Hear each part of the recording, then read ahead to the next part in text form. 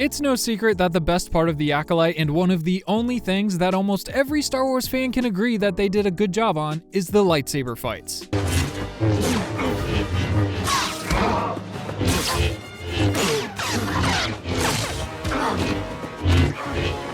And don't just take it from me. I asked 30,000 people what their favorite part of the show was. 2% said the characters, 2% said the story, 5% said the theming, and an overwhelming 92% said the lightsaber fights. This is by far the best lightsaber fighting Disney has ever given us, and I'm talking about in the 12 years since they bought Star Wars from George Lucas. They did not hesitate to actually kill multiple Jedi off on screen, and they're fighting way closer to the prequel speed, which is peak Star Wars saber duels. It was better than Rey and Kylo, Finn and Kylo, Rey and Kylo again.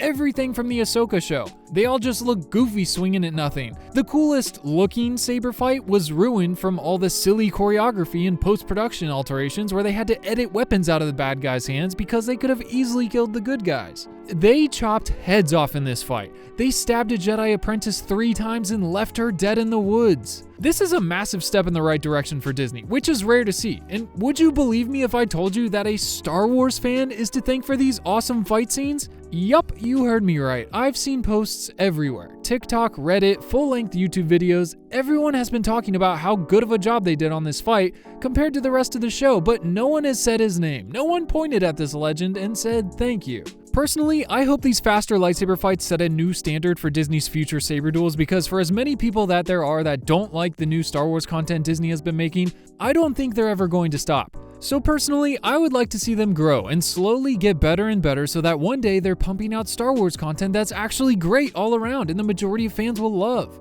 Now, I don't know how much it's going to take before we get there, but you've got to admit, these fights in the Acolyte are way better than what we got in the sequels. They're literally snapping necks on screen. I feel like Star Wars hasn't been this brutal since Rogue One came out, and that was a while ago. Which, speaking of, the man that did this fight was also the one that worked on the Vader hallway scene from Rogue One. I'm glad that his time to shine came back around and they finally gave him a proper lightsaber fight. He also did the crazy fights in The Kingsman, which speaks for themselves. This movie is literally known for its insane fight pieces. He also did some of the fights in Season 1 of The Witcher. He did the amazing action sequences in Shang-Chi, which were a breath of fresh air for the Marvel Universe. He also did the train fight in Solo, which was literally one of the best parts of the movie. And he also did some of the fight scenes in the first Wonder Woman, which I liked.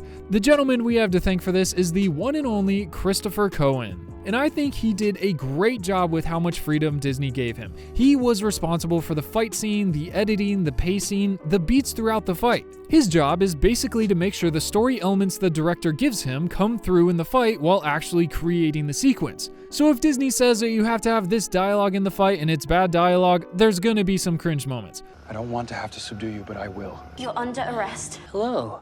Why risk discovery? Well, I did wear a mask.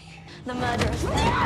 Also, we've never seen 8 saber wielders go up against one bad guy. The closest thing we've had to that is Rey and Kylo in The Last Jedi against the guards, and that was a hot mess. For doing something so new to Star Wars in such a new style, I think he absolutely nailed it. I really like the new story elements like the helmet and the mini saber. I kind of wanted to see a cut of the episode without all the cringe dialogue mid-fight. The fight was so good and I was enjoying it so much, the most out of anything in the show, but every time they opened their mouths, I just cringed so hard. I wanted them to stop talking and go back to fighting. Because honestly, I feel like the fight could hold up on its own and might even be better if it could get the same points across without the dialogue.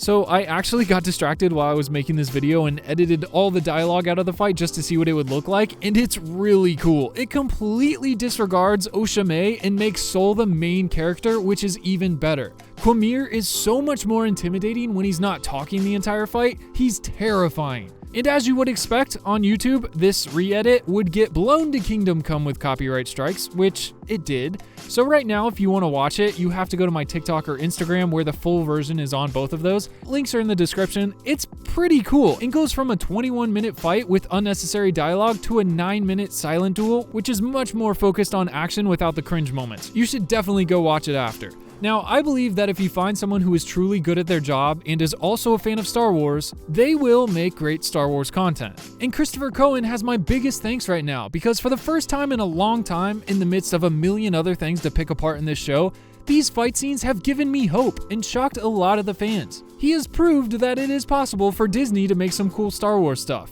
We're not subject to the sluggish baseball bat lightsaber fights forever. They just have to hire the right people for the job. Which brings me to another important point we need to address, and that's the fact that having these great fights in the show does not excuse the poor writing and boring characters and the awful dialogue. It's easy to transfer blame from the show's criticism to the hypothetical that people are hating it because of the wrong reasons. But at some point, Disney has to realize that if they continue producing subpar content, no matter what kind of character or agenda may or may not be in the spotlight, the viewers aren't going to enjoy it. Trust me, we would love to see a well-written, strong female lead. Fallout is a great example of this. Everybody loved this show, and it proved that you can still have a female lead and have crazy success. You just need a good story, characters, production quality, cinematography. Is that too much to ask? The difference between these two shows, quality in story and characters, is night and day. If they hired people who were better writers and storytellers and world builders, we'd get better versions of all of those things, just like the action that Cohen brought to this show.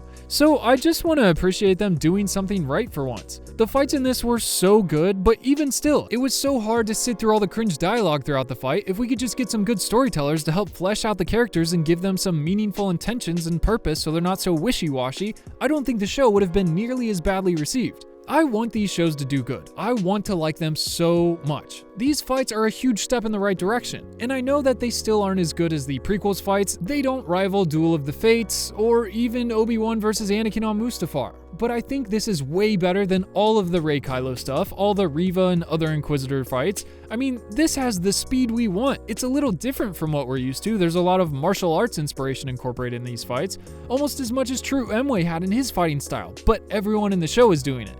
The opening fight was really cool, but the story and dialogue elements didn't make much sense, and I wasn't a fan of how they ended it, but the episode 5 fight was so cool. I'm just so thankful we got a decent saber fight. There was a 30-year gap between the original lightsaber duel in A New Hope to the glorious new fast-paced duels of the prequels. And you would think that with another 10 to 20 years, the lightsaber fights would have just gotten better, but no, they went backwards. You want to make something that people will remember them by and fall in love with, and those saber fights were just not it. I know it's not our Star Wars because we're not the ones growing up with it, but I can't see the generation it was made for growing up and loving it either. And I'm not saying this fight was perfect. There was a lot of dumb decisions and cringe dialogue throughout, but the actual fighting itself was really fun to watch. It was really nice to see them actually kill people off with lightsabers and be brutal about it. Disney needs more people like Chris. They need more experts in their field making Star Wars movies. Because I asked the people who watch the show, and the far majority enjoy Cohen's work in the show above everything else. So why don't we just get more people like him who are exceptional at what they do to make Star Wars content? I would love to see Edgar Wright make a Star Wars movie.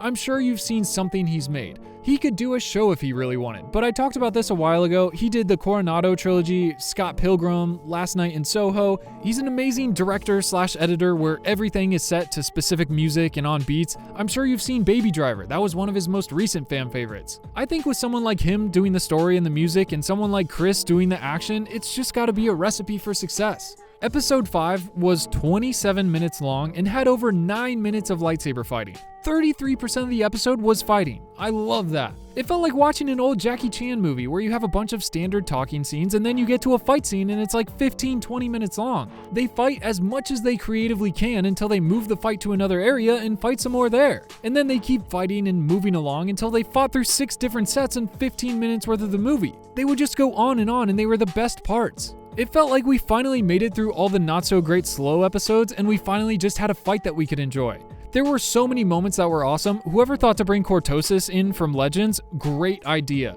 The only thing they have to do with this is make sure it still seems rare. They can't start overusing it because then it won't explain why we don't see it in any of the other shows and movies. Let Quamir be the only one that uses it. I love that they brought this new story element to the fight. The sequels were copy and pastes of the original trilogy where they tried to change a couple things to make it seem original and it worked out accordingly. The hand-to-hand combat goes so hard in this fight. I absolutely loved seeing True Emway manhandle stormtroopers in Rogue One. I love that they shattered their armor on impact. It felt so visceral and sold the punches so much harder. We don't get much hand-to-hand combat in live-action Star Wars, so I loved seeing so much of it in this show. It was so cool to watch Soul just beat the crap out of Quamir at the end of the fight. Also, I'm really impressed they were able to move so fast with these fat, heavy electronic lightsabers. I feel like that was the underlying reason the fights got worse instead of better when Disney took over. They started using actual illuminated sabers, which required more space and weight in the hilts to house all the electronics and the battery. Yeah, we get cool realistic lightsaber lighting, but at what cost? When you're using resin handles with a carbon fiber blade, you have this saber that's as light as it can possibly be,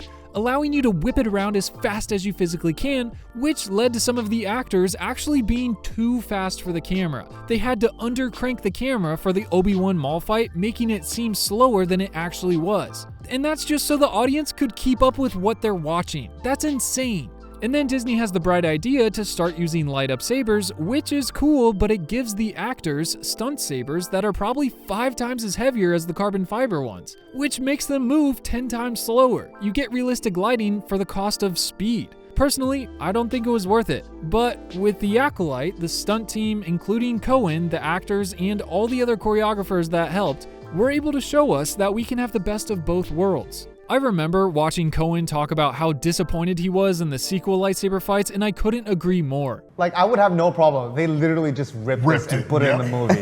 And the fans would go nuts! Yeah, fans would go at nuts. that moment! We got nothing even close to this in the sequels. Nothing even close to this in the sequels. And I'm like, the technology that we have these days, and we couldn't get a lightsaber fight that just blew people's minds, hurts my heart. He brings up the KOTOR trailers that Blur Studios made and talks about how cool these were and that we should just get fights like these instead of what we actually got. Because as much as these fights were fully animated, they actually used mocap with a real stunt team on a real stage, and they performed most everything they physically could for real. The guy that choreographed and organized directed this fight is named Philip Silvera. And since these absolutely insane lightsaber fights he did for the KOTOR trailers, he did Daredevil. Yup, the crazy fights from that show. Also, Deadpool, I mean, that speaks for itself. He did Terminator Dark Fate, which had some crazy action scenes, and more recently, the Halo series. He also, believe it or not, did Force Unleashed 2, which was my favorite, sick lightsaber stuff all throughout. He also choreographed Batman Arkham City and Arkham Origins. Please bring this dude back to Star Wars. Nick Gillard, Philip Silvera, and Christopher Cohen all need to return to Star Wars. I love these fights so much and hope Disney eventually calls him or even Nick Gillard, the OG stunt coordinator, back to do future fights. Gillard did all the saber fights in the prequels and literally invented the faster, newer version of saber fights compared to the original trilogy. I was shocked Disney didn't bring him back for the sequel fights. He's literally the man for lightsaber fights. Thanks for listening to my rant about the new saber fights. I loved it. Good job, Chris. You're killing it. I hope they use you more. If you want to see the no dialogue fight, you can go to my TikTok and Instagram, and let me know what you thought of this fight in the comments, and share this video with your Star Wars friends. Remember, the Force will be with you, always.